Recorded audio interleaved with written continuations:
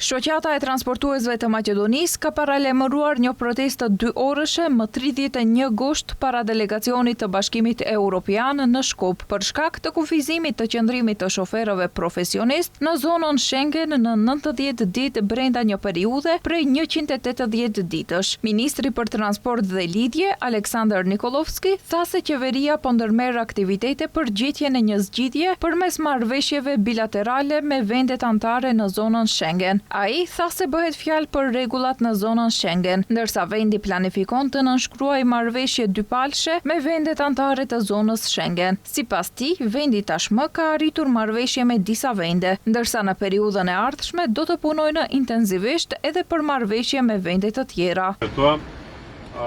Gjatë shtatorit është e paralajmëruar një takim i nivelit të lartë me qeverinë austriake, ndërsa gjatë tetorit me qeverinë slovene.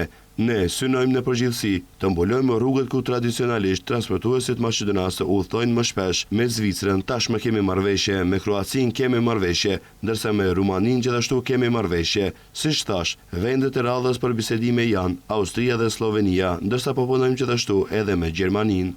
Me hyrje në fuqi të sistemit të ri të hyrjes dhe daljes nga Bashkimi Evropian, shoferët profesionistë të kamionëve të vendeve të Ballkanit Perëndimor që nga fundi i vitit të kaluar janë përballur me probleme, pasi sipas këtij sistemi, transportuesit regjistrohen si turistë dhe mund të qëndrojnë në vendet e BE-s më së shumti 90 ditë brenda një periudhe prej 180 ditësh. Për këtë, shoqata e transportuesve ka paralajmëruar se më 31 gusht do të protestojnë nga ora 12 deri në ora 14 me pjesëmarrjen e të paktën 20 automjeteve, si dhe të një numri të madh transportuesish, shoferësh dhe punonjësish të tjerë nga disa qytete të vendit. Protestat të njëkohshme janë paralajmëruar edhe në Serbi, Bosnjë dhe Hercegovinë dhe Maltëzi.